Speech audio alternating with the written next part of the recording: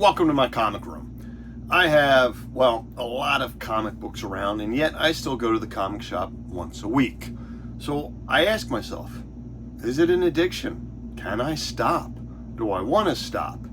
And what is my end goal?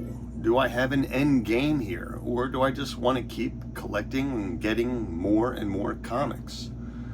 When I was younger, I really thought having a large collection was the goal, to have an amazingly large collection. Not necessarily a good collection, but something that I just would have book after book after book.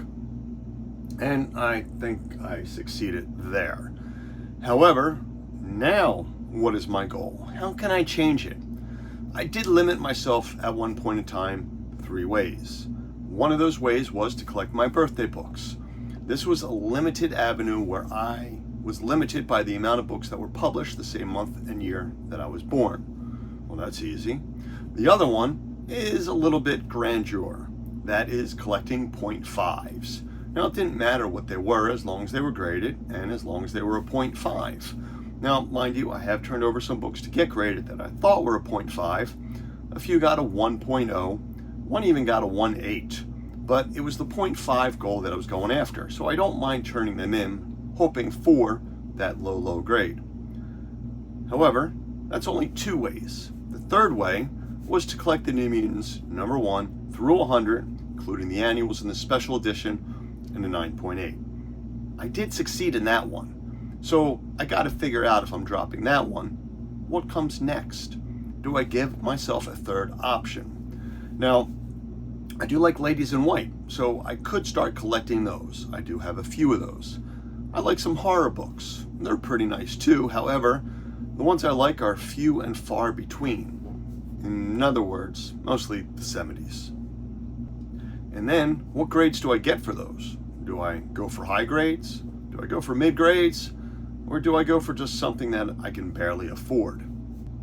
I do have a lot of comic books that I have been getting rid of, and I have a lot more that I need to get ready to get rid of them. That means I need to get all of these in alphabetical order. And when I say all of these, let's take a look.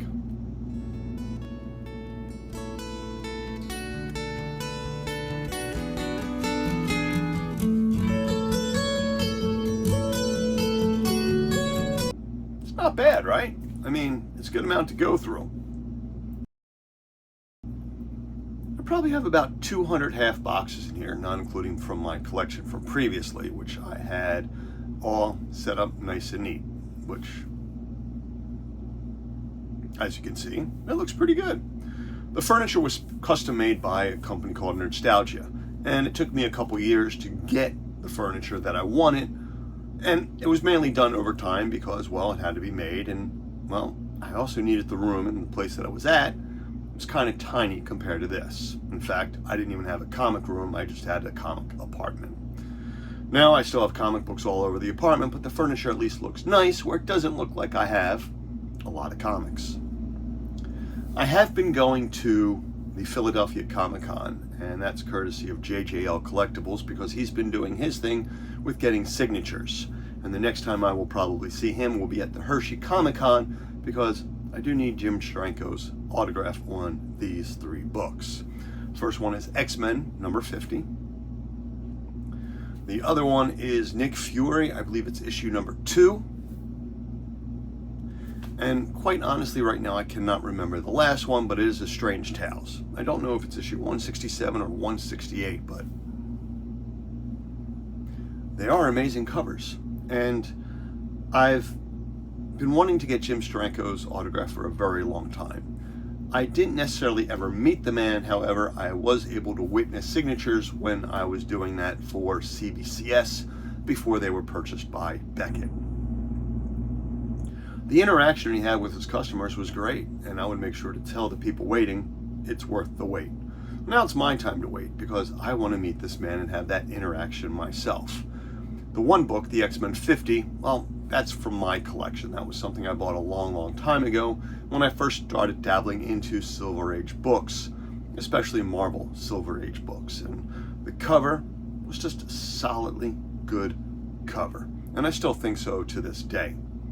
The other two, They belong to someone else. And they came to me in the collection that I currently have that was given to me. And those 2 books I figure would be a good honor to have signed and put them aside and keep them. There are a few other that I have been doing this with, but those 2, they weren't already prepped. They were just something that I liked. And the interior, as great as it is, well, the covers, they just are the icing on the cake.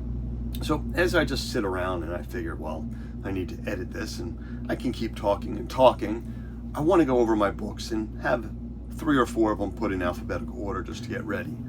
Then that brings me back to collecting. How much longer am I going to collect? I mean, I do read, and as much as I'm getting those books and enjoying those books, is it worth to go digital? Should I stop collecting until I get rid of more?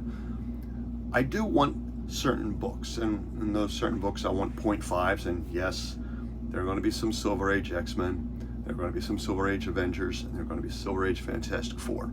I'm hoping all number 1s. Anyway, what are you collecting? What are you deciding to do with your collection at the very end? Because that is a scary thought.